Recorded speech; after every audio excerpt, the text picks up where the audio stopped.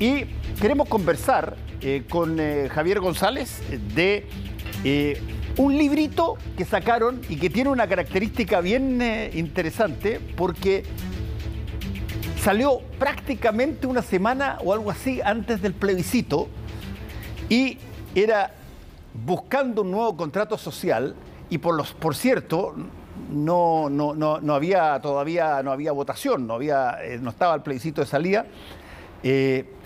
Y desde ese punto de vista ustedes aquí, y estuve leyéndolo, tratan de cuáles podrían ser los elementos que eventualmente pudieran constituir una carta magna, una carta constitucional, cuáles son los elementos más disruptivos, cuáles son los que probablemente se necesitan como reforma. ¿Qué tanto de eso, Javier, gracias por venir, sigue siendo válido después del plebiscito de salida? Muchas gracias, Fernando, primero que nada por la invitación, un gusto estar acá. Yo diría que el diagnóstico está totalmente intacto. No cambia nada realmente respecto al 4 de septiembre. Y las razones son dos. Una que tiene que ver de dónde emerge este libro. Este es un libro académico, no es partisano, no es monolítico. Son 29 investigadores, a mí me tocó ser coautor y coeditor del libro y buscando un nuevo contrato social. Y lo quisimos impulsar desde el COES cuando percibimos, tanto ya el año 2021, que la discusión constitucional era un poco débil, donde predominaban los eslogans, y le quisimos dar un poquito más de densidad académica, disciplinaria, desde la historia, desde la economía, desde la política. Para eso entonces el COES, como digo, armamos este libro desde distintas miradas, una mirada más bien crítica y por lo tanto no era para el apruebo o el rechazo, no es un libro del apruebo o del rechazo, sino que es un libro que lo que busca es lograr entender cómo podemos lograr un contrato social que plasme ciertos principios democráticos e igualitarios para una mejor sociedad. ¿Ya? A partir, y esto es importante, de la experiencia larga de investigación de todos los investigadores que estamos ahí. ¿Ya?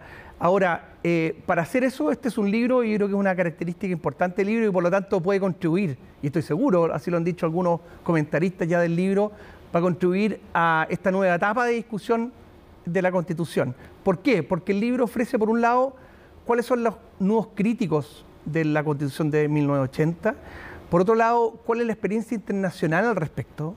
Yo creo que ha habido mucho de mito para ambos lados de qué se puede o no se puede, o qué hacen los países. Bueno, realmente conozcamos qué lección se puede extraer del mundo y por ende de ahí qué tipo de lineamiento se puede sacar. Ahora, si me permiten un poco entrar en el diagnóstico, Fernando, porque yo creo que es importante que eso no cambia. Eso no cambia. ¿Y por qué no cambia? Porque el libro parte de un diagnóstico muy importante e interesante, que es una paradoja, o la paradoja chilena, si tú quieres. ¿Cuál es esa paradoja? Por un lado, tú tienes una desigualdad, y voy a entrar en ese tema, de larga data. Por otro lado, tú tienes un país que sí tiene ingresos altos. Recordemos el 2010, entramos en la OECD, 2012 más o menos el Banco Mundial nos declara país de altos ingresos, hay mucho de mito en eso. Y a pesar de tener mucha desigualdad y a pesar de tener altos ingresos, promedio, y ojo ahí, ¿no es cierto?, hay una gran estabilidad y paz social. Entonces tú dices, aquí hay algo que no calza. Uno esperaría que con esos niveles de desigualdad haya mucha conflictividad. Entonces, ¿qué es lo que parte el libro analizando? Y ese es el libro de la parte de la introducción que de hecho a mí me toca encabezar junto a los otros coeditores. Básicamente analizamos lo siguiente. Por un lado, la desigualdad en Chile es histórica, estructural y estructurada. ¿A qué me refiero con eso? Es histórica porque tenemos datos, Fernando, desde hace 170 años. Chile es de los pocos países que tiene datos que han sido construidos, de hecho, por un uruguayo, que básicamente investiga a partir de distintas fuentes y ve que este indicador famoso, el Gini, que es uno de los indicadores criticados, pero el más utilizado para medir la desigualdad económica, oscila entre el 0,5 y el 0,6, de una escala de 0 a 1, ¿ya? Eso es altísimo bajo cualquier comparación internacional. Y eso oscila entre 1850 y 2010 más o menos. Esos son más o menos los datos que hay en ese estudio. Es decir, durante más de 150 años somos un país tremendamente desigual. Ahora, la pregunta es, ¿eso es fortuito? No, no es fortuito. Entonces, es estructural y es estructurado. ¿Ya? Es estructural porque de alguna manera está encarnado en las instituciones políticas, sociales y económicas del país. Y es estructurado porque no es fortuito, como digo, es porque hay ciertos conflictos legítimos entre grupos de la sociedad por moldear la sociedad para que entregue ciertos resultados, no necesariamente para el bien común, sino que obviamente para ciertos sectores.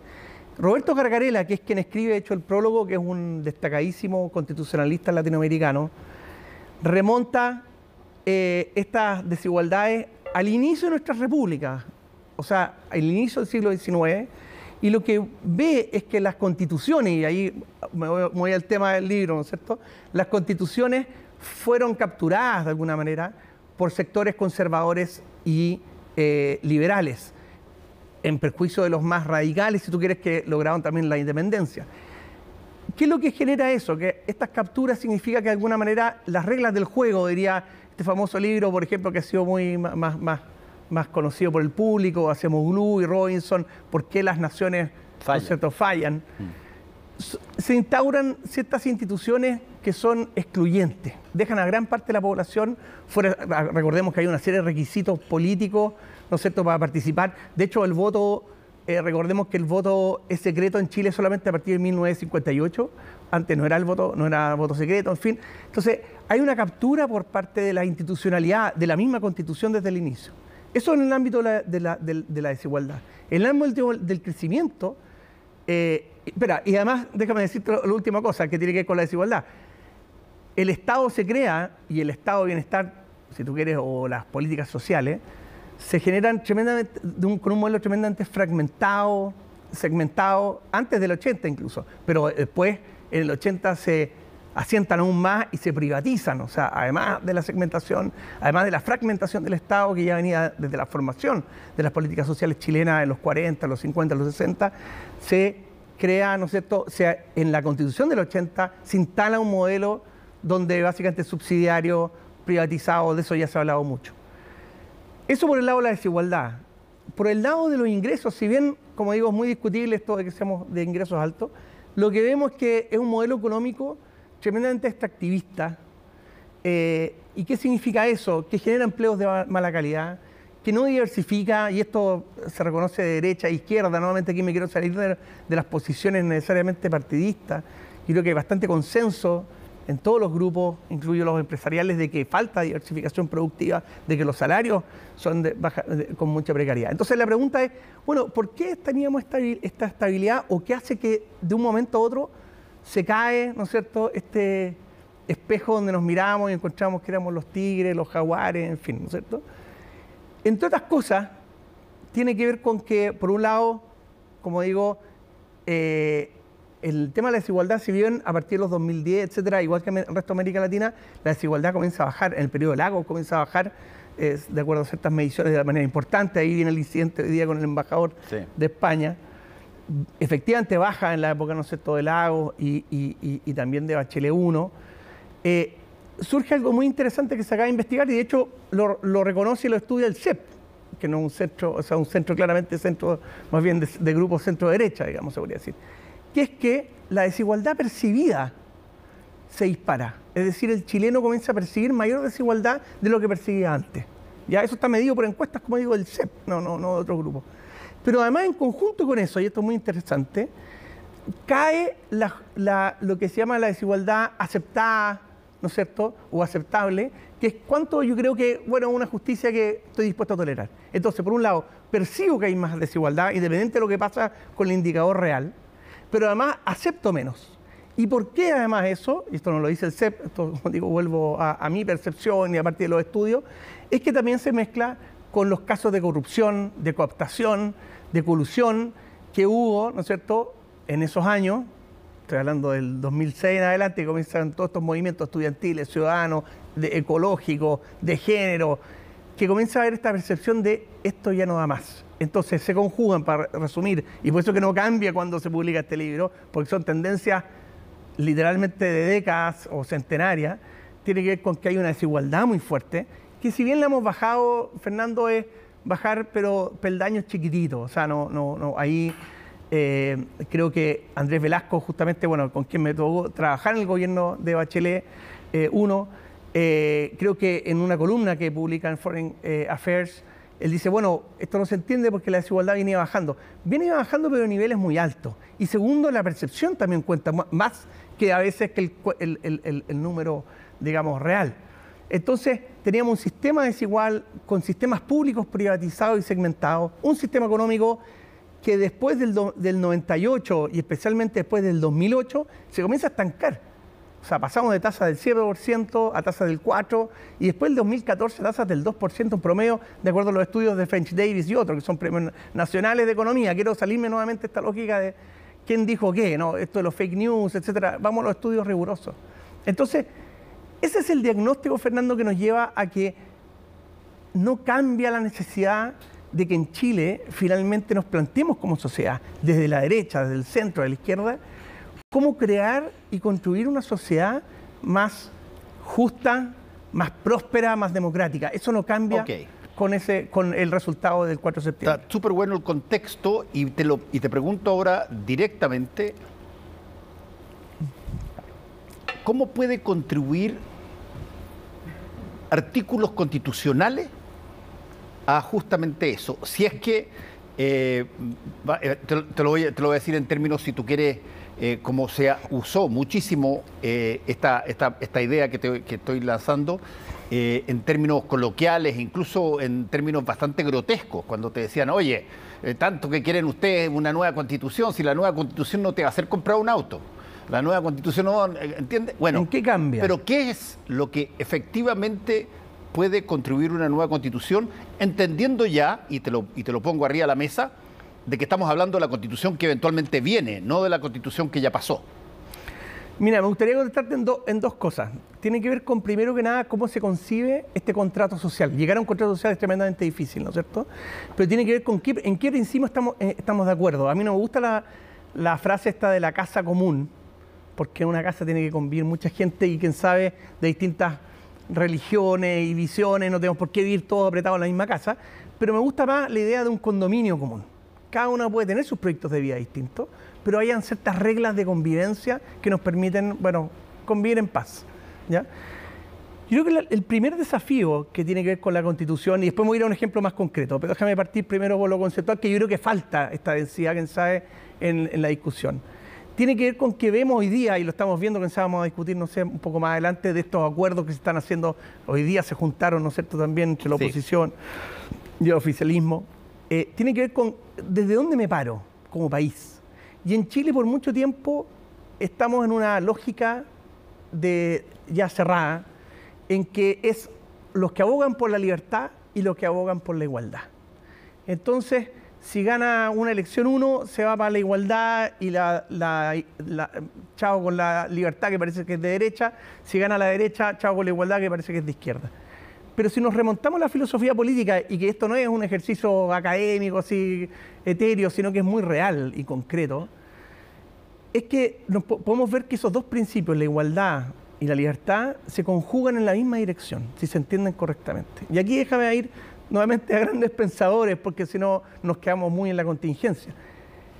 La libertad, de hecho Amartya Sen, déjame partir por ahí, un economista de la Universidad de Harvard y de Cambridge, premio Nobel, Amartya Sen planteaba que el desarrollo tenía que ver con la expansión de libertades, ¿ya? Entonces uno podría decir, perfecto, entonces laissez-faire, Milton Friedman y otros, aquí lo que hay que hacer es expandir las libertades en todos los ámbitos de la vida. Pero lo interesante es que para tener esa libertad se requieren ciertos grados de igualdad. Y aquí voy con esto. Isaiah Berlin, que es un filósofo de los más grandes que hubo y de la Universidad de Oxford, planteaba que había distintos tipos de libertad, y aquí ya entramos un poquito más en el detalle. Está la libertad negativa, que es la de Friedman, etcétera, de no intervención del Estado. Yo hago las decisiones, que nadie me venga que el rey no me venga a intervenir o el Estado, el Leviatán no venga a interferir en mis deseos y mi libertad. Ahí estamos bien, y la derecha chilena a veces se queda ahí. pero Berlín, que era hecho un filósofo liberal, no era un marxista ni mucho menos, planteaba que también había un componente clave, que es la libertad positiva. No solamente la negativa, sino que la positiva. ¿Y en qué sentido la positiva? Es aquella que para realizarse requiere el apoyo de la sociedad y del Estado, de ciertas instituciones. ¿Ya? Entonces yo no puedo ser libre si nadie me apoya a cumplir mi libertad positiva. Por ejemplo, cumplir mis proyectos de vida a través de una educación, una salud, etc. ¿Ya? De hecho, Berlín decía esta cuña que decía: la libertad de los lobos es la muerte de las ovejas. ¿Ya? ¿Por qué decía eso? Porque para tú cumplir tu libertad, si no hay suficiente igualdad, se generan relaciones de dependencia distorsionadas y por lo tanto no permiten que la gente que está en la parte más débil, ¿no es cierto?, de la sociedad, realmente pueda ser libre. Entonces, Rawls, otro gran filósofo, decía: ok, para esas libertades positivas necesitamos instituciones, reglas del juego, cuando hablo de instituciones, reglas del juego, que sean justas. ¿Ya? Ahora, voy a tu pregunta. Dicho eso, porque creo que es importante, o sea, en estas semanas que Chile se está dando nuevamente esta discusión entre el oficialismo y la oposición, creo que nuevamente caemos entre los que creen en la libertad y los que creen en la igualdad. Yo creo que el FMI mismo dice, y aquí nuevamente a lo práctico, el FMI del 2012 viene publicando papers diciendo, mostrando empíricamente, econométricamente, diríamos los economistas, que los países que parten con más igualdad no solamente crecen a tasas mayores, sino que crecen por más tiempo, los growth spurs que se dice en inglés. Entonces, aquí empíricamente te está demostrando que para mayor prosperidad, para mayor libertad, se requiere igualdad. Ahora, la pregunta tuya, ¿y esto qué tiene que ver con la Constitución? ¿En qué me cambia la vida? Bueno, vamos a un ejemplo concreto, los derechos sociales. Se ha hablado mucho de los derechos sociales. Y yo efectivamente trabajo muy fuertemente hace muchos años en temas de educación. Ya me tocó trabajar en el Ministerio de Educación, en el Ministerio de Hacienda, tanto el gobierno Lagos como el gobierno de Michelle Bachelet, pero también después desde la academia. De hecho, la educación en Chile, en la Constitución del 80, en realidad no existe como derecho. Está planteado solamente el título de derecho, pero a diferencia de muchos otros derechos, como por ejemplo el derecho a la propiedad, que hemos estado discutiendo mucho estos meses, en el artículo 20 se dice que no es exigible, no es justiciable. ¿Qué significa eso? Que si es que alguien vulnera mi derecho a la educación, yo no puedo ir a un tribunal a exigir la restitución de ese derecho. Alguien no me podría decir que eso es poco importante, porque si no, toda la discusión sobre propiedad, derecho a propiedad, no hubiera sido importante en toda esta convención. Es importantísimo proteger no solamente los derechos de propiedad, que yo creo que hay que protegerlos, pero también los derechos sociales. Entonces, la educación en Chile no es exigible ante tribunales, pero sí es exigible en la libertad de enseñanza. ¿Qué significa en la práctica, Fernando, eso? Que un director o dueño de escuela puede demandar o puede echar a un estudiante, especialmente hasta hace muy poco, porque hoy día la ley está incluso más avanzada un poquito que la Constitución, pero básicamente puede echar y ha tenido una dominancia sobre la familia, porque el derecho a la libertad está protegido por la Constitución, pero el derecho a la educación no. ¿Ya? La Constitución, además, establece que el derecho a la educación se entiende como acceso, ¿ya? Mientras que todas las convenciones internacionales de derecho a la educación, que nuevamente no son de derecho a izquierda, son convenciones internacionales firmadas por todos lo que se llama el Pacto, ¿no es cierto?, de Derechos Económicos, Sociales y Culturales, firmado, ¿no es cierto?, en los 60, establece que el derecho a la educación no es solamente el acceso como está hoy día en la Constitución, sino que también tiene que ver con el acceso no discriminatorio, con la adaptación y la calidad. En las constituciones, por ejemplo, para ponerte muy concreto, en Suiza, por ejemplo, se establece la adaptación a nivel de cantones y lo que se dice es que cada escuela tiene que enseñar con el idioma de ese cantón, con el currículum adaptado a su cultura. Estamos hablando de Suiza. Entonces, esto no es para que la gente entienda un poco. Son regiones. Claro, provincias. Provincias. Entonces, hay cosas que son muy concretas. Por ejemplo, la Constitución española establece que los padres tienen derecho constitucional a participar en las decisiones de la escuela. En Chile eso no está y tenemos unos consejos escolares que no son vinculantes.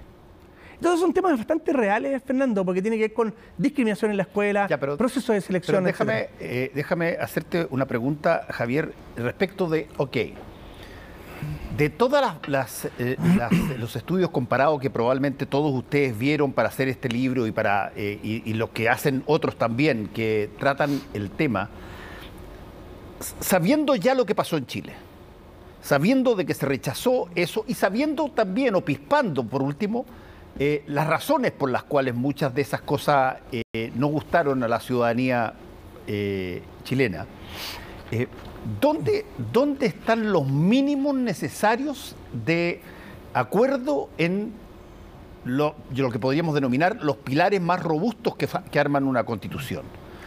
¿Dónde habría que ir a buscarlos después de lo que pasó? A ver, deja partir para responder bien tu pregunta. Lo que pasa es que quiero hacerte más preguntas, entonces... Ya, pero ¿dónde está? Primero que nada, en que un proceso dé garantía, legitimidad y le dé seguridad a la gente. Yo creo que uno de los problemas de por qué hubo el rechazo que hubo tiene que ver, primero que nada, con el proceso. El proceso fue antagónico, se planteó como refundacional respecto a los anteriores 30 años, no reconociendo los avances, por cierto, tremendos errores también, pero también los avances que hubo, y creo que la gente y en general lo percibe eso. Segundo, el tema de los independientes, 64% de los constituyentes eran independientes, significa que no tienen una obligación de alguna manera es lo que se llama en inglés one-off, o sea, es un juego de una sola vez. No tengo incentivo a cooperar, a invertir en mi capital de coherencia y de confiabilidad. Y lo otro importante, y que tiene que ver con lo que tú estás diciendo, hacia dónde los mínimos, es que no caigamos en un proceso de política identitaria. Aquí déjame decir algo muy importante.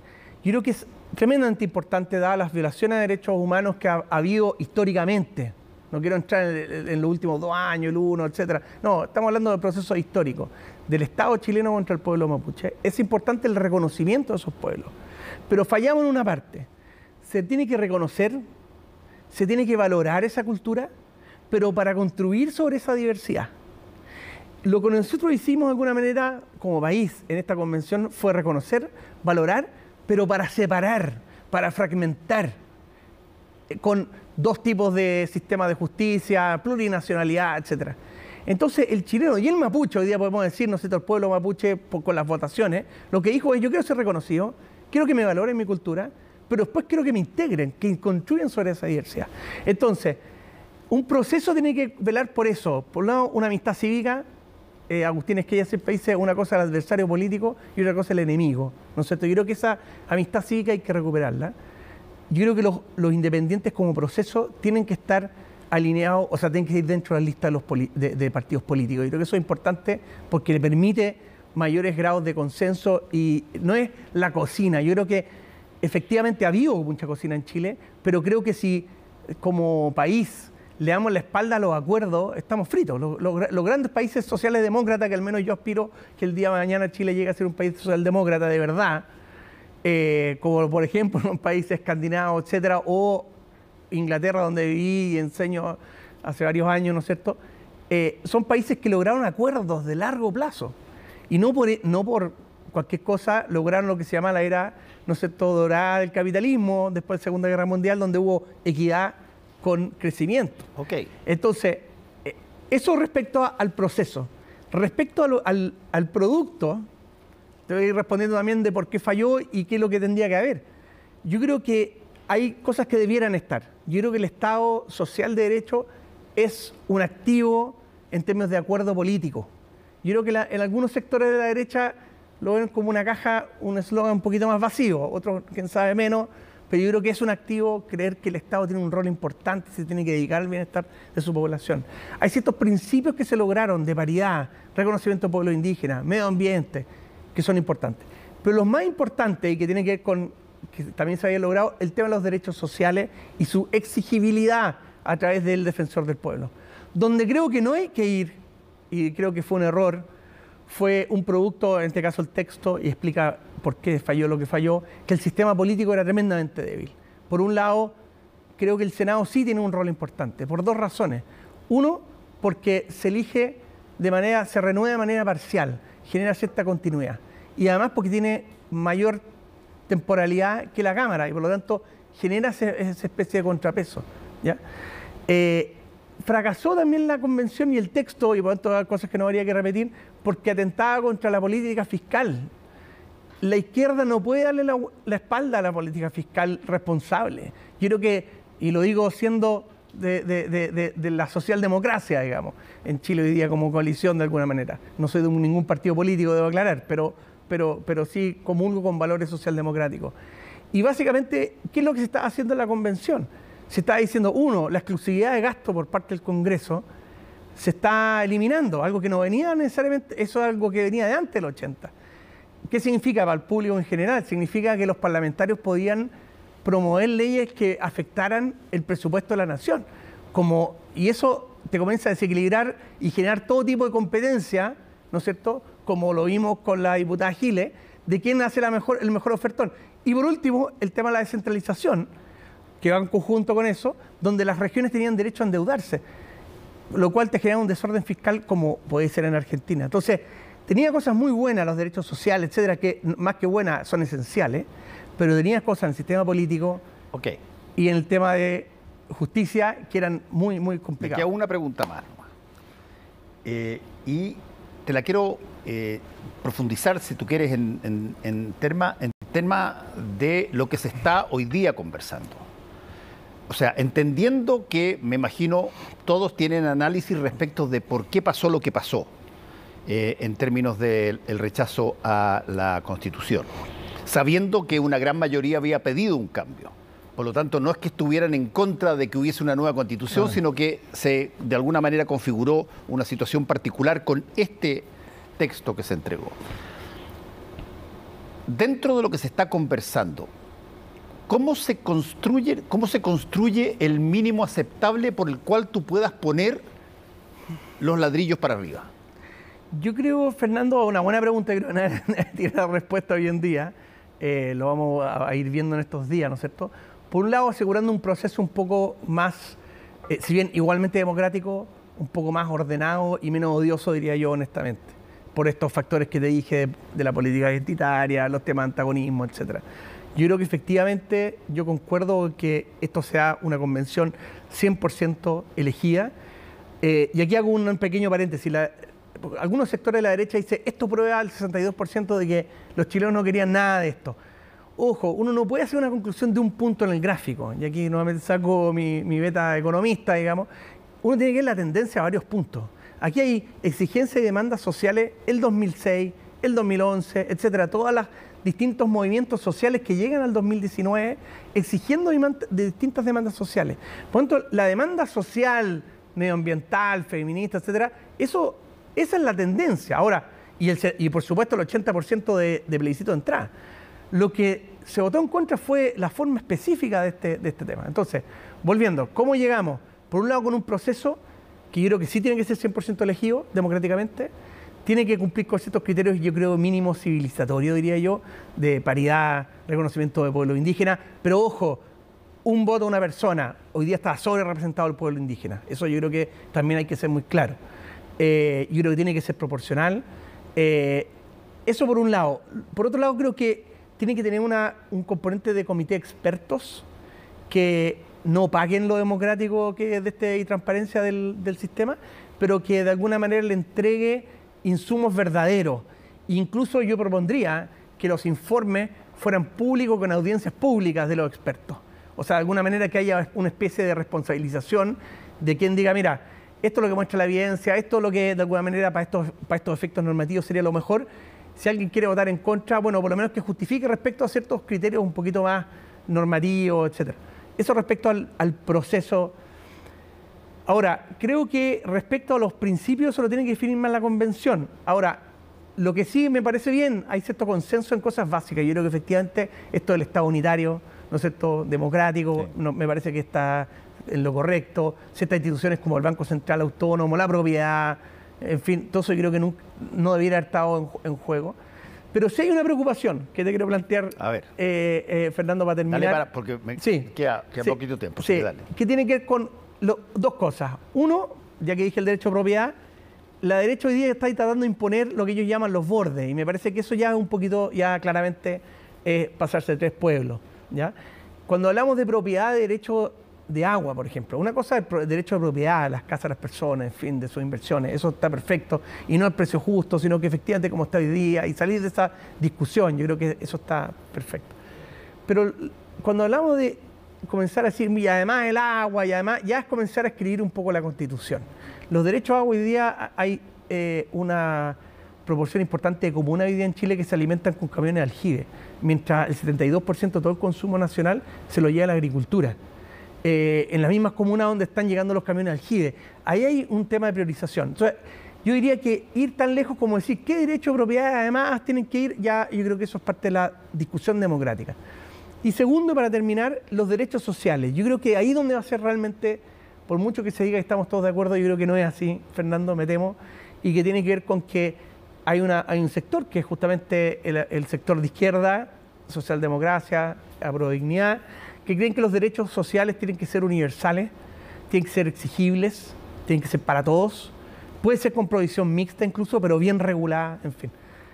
Pero con un predominio del rol del Estado. Entonces, pero la derecha, en cambio, habla de derechos sociales, lo hemos visto en las distintas declaraciones, como algo más bien focalizado, unos derechos sociales que en realidad lo primero que dice es el derecho a elegir. El derecho a elegir, de hecho, es parte de las convenciones internacionales. Todos los países tienen derecho a elegir. Ahora, hoy día también uno podría decir que en el sistema, con la ley, después de la ley de inclusión, los padres pueden elegir entre partidos sancionados, municipal, etcétera. Pero otra cosa es que la escuela elija a través del proceso de selección, etcétera. Tú podrías tener incluso un sistema público, como en muchos países donde los padres eligen dentro del sistema público. Entonces, hay que discutir un poquito más esto de eslogan, nuevamente es lo que busca, y ojalá tenga buena llegada este libro, porque trata de entrar en esos detalles donde está, siempre se dice el diablo, ¿no? Que tiene que ver con qué entendemos por estos derechos sociales. Son simplemente unos bonitos eslogan, pero a la larga terminamos con los mismos sistemas fragmentados, desiguales, o son realmente universales y además sustentamos una reforma tributaria, Fernando, solamente para terminar, una reforma tributaria que te permita ponerte al nivel de los países. Chile tiene un rezago de 10% del PIB en ingresos tributarios y que, ojo, y simplemente quiero decir esto porque publicó un estudio al respecto de esto en el Oxford Handbook de la Universidad de Oxford, donde demuestro que en la misma época, o sea, en los países europeos, cuando tenían los mismos ingresos per cápita que Chile, ya tenían ingresos tributarios hasta 10% más del PIB que lo que tenemos hoy día. Por lo tanto, no es un problema de economía, es un problema de política. ¿Qué es lo que defino yo, qué es lo justo y cuánto quiero recaudar para promover un estado de bienestar que promueva el crecimiento? Ok. Termino, pero te quiero hacer la pregunta que le hago a mucha gente en los últimos días, que es, ¿cuál es tu dosis de optimismo o pesimismo respecto de lo que se está armando en términos de conversaciones, diálogo, posibilidades de generar una situación quizás distinta a la anterior, que la gente la acepte? Yo creo que tenemos la obligación de ser optimistas. No estamos jugando un partido demasiado grande en la Constitución, en nuestro contrato social. Tenemos la obligación de ser optimistas y tenemos la obligación de ser un poco más generosos de lado y lado, de escucharnos y conversar entre iguales, ¿no es cierto? Conversar democráticamente, en paz. Yo creo que parece mucha utopía, pero muchos países lo han logrado. Chile también lo logró en el pasado, ¿por qué no lo vamos a lograr ahora? Yo creo que hubo equivocaciones muy importantes en esta convención y yo espero que logremos aprender de ello, ¿ya? Ahora, yo creo que efectivamente va a venir una batalla, no quiero ser tampoco por optimista utópico o inocente, en que va a venir una discusión que espero que sea seria y no con fake news, sobre, por ejemplo, estos aspectos sobre los derechos sociales y cómo sostenerlos, ¿no es cierto?, en el tiempo a través de un Estado más sostenible. El libro se llama Buscando un nuevo contrato social, todavía tiene vigencia, dices tú. Absolutamente. Se lanzó recién este mes. Se lanzó recién y ya está disponible. Javier, muchas gracias por haber estado con nosotros. Muchas gracias, Fernando.